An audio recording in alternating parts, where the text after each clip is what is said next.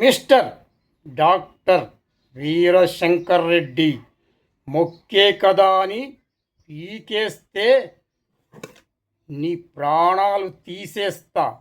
ఏమనుకున్నావు? 25 లక్షలు advance తీసుకున్నావంట. LKG పిల్లాడి కిడ్నీలు కోసేస్తానని. మర్యాదగా నువ్వు ఆ డబ్బులు వెనక్కిచ్చేసేయి. అర్థమయ్యిందా? ఒరే డాక్టర్, నిన్ను ఈ రాయలసీమ ప్రజలు గుండెల్లో పెట్టుకొని దైవంలా శ్రీరాముడిలా పూజించారు కదరా. వాళ్లకు వైద్యం చేస్తుంటే శ్రీరామచంద్రుడే వచ్చి వైద్యం చేస్తున్నట్లుగా భావించారు కదరా. వాళ్ళు నిన్ను భావించారు కదరా. అలాంటి ప్రజలకు ఇంతటి ద్రోహం చేస్తావా? ఇక్కడ మొక్కలకు ఫ్యాక్షన్ కత్తులు పూయించేలా మళ్ళీ నువ్వే సృష్టిస్తున్నావు.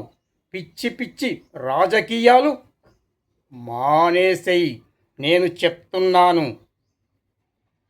ఒరేయ్, నీకు నేను వారం రోజులు గడువిస్తున్నాను.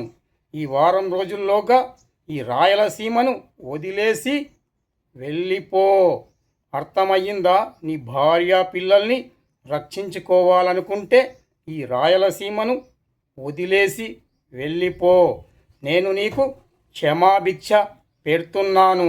ఏ దుబాయ్కో ఎక్కడికో వెళ్ళి బతికిపో, లేదంటే నేను నిన్నే అంతం చేస్తాను. అర్థమయ్యిందా? ఈ వారం రోజుల్లో నీవు వెళ్ళిపోవాలి. అది నా ఆర్డర్ను వ్యతిరేకిస్తే నీకు మరణశిక్షే శరణ్యమవుతుంది. ఇక్కడ నేను చెప్పిందే చట్టము, నేను చెప్పిందే న్యాయము.